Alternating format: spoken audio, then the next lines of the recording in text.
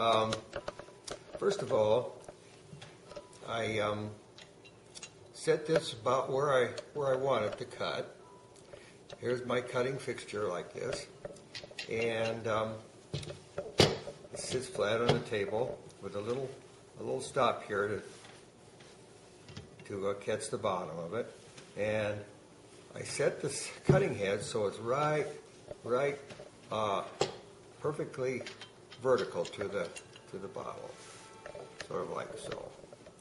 Now, put it down here, set this down, and I'm going to turn this, and you can maybe hear the little sound of the glass cutter against the glass. Hear it? I try to keep it moving all the time till it hit itself. And I know it's a complete cut. There. Okay, so now the next thing I'm going to do is take my candle flame. You can use any kind of flame. Candle is nice. It's not such a hot flame. And I just sit here and rotate the bottle slowly and over that little edge. Now, the important thing is not to get it so close to the fire so it makes the glass real dark. Best just keep it so you don't smudge the glass. Go around a few times.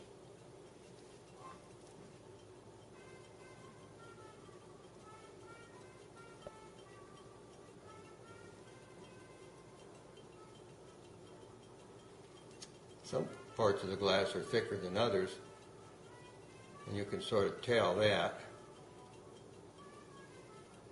We've been a couple times around. I'll just keep going just a few more.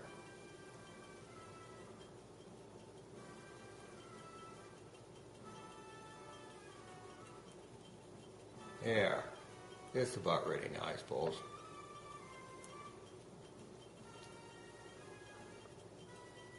And what I've got on the side here is a couple of pieces of glass that I've got out of the ice box. And I'll just touch it in some spot there. Well, it's not quite ready to go yet. So, no, not hot enough yet.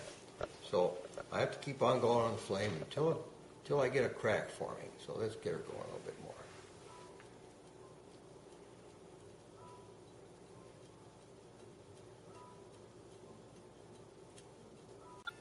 Notice one spot's a little thicker than others. You can tell by the reflection of the light.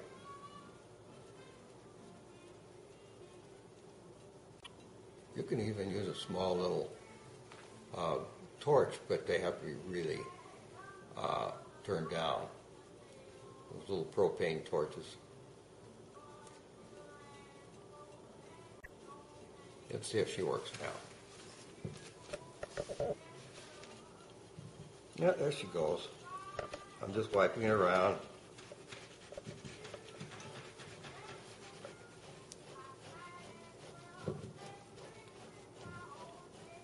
Now you notice it looks like it's cracked all the way around. You can sort of see the crack, but it's very rarely able to pull it apart. If you're forced it apart, it would come apart. But what I like to do is go back on the flame and go over, and while I'm going I push in so it doesn't fall apart on me.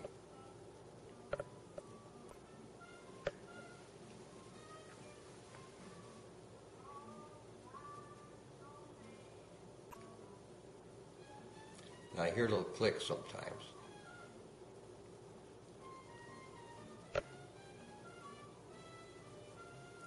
Didn't hear any yet.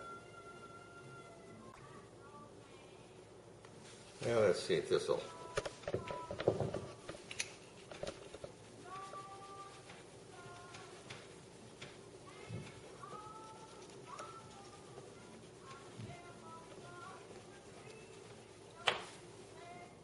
Okay, now it's about ready to come apart. Now it'll go. There. Hear a little click.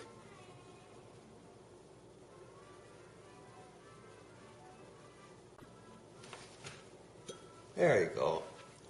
So you see, what's nice about it is very very flat, very smooth, and the only thing that needs to maybe be touched up is the edges. They're a little bit on the sharp side. So let me show you how I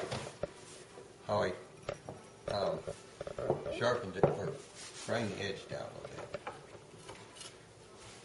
What I've got here is a piece of glass, just plain old thick piece of glass, and I've sprinkled this stuff. It's called a silicon carbide. Same kind of stuff they have on, you know, emery cloth and sandpaper. Only it's a free thing, free, not stuck to it. Then I take a little bit of water. Let's see, maybe there's a little, just pour a little water in there. How about an ice cube? That'll work. Then I take my glass, go around like so.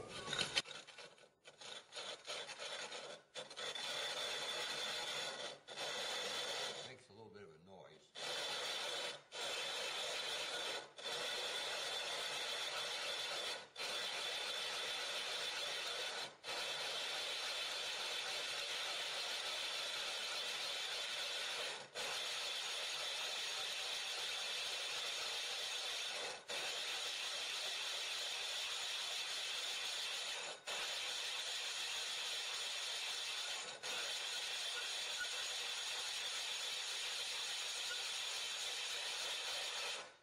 That's gotten it down a little bit. Let's see how we're doing.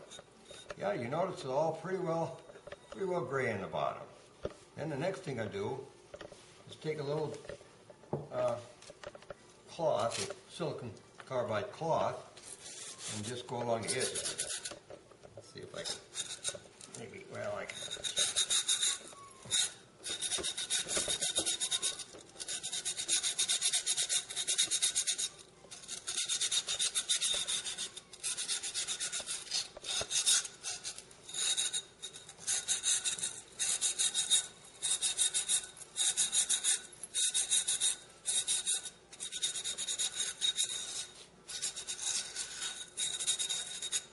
There. Now, let's wash it off and get it cleaned up. So I'll get it cleaned up, washed off. So anyway, here's how it looks. All we did was grind down the top a little bit, and makes a nice little drinking glass or whatever you want to do with it. You might ask, what do I do with the tops of these things? Well, let's see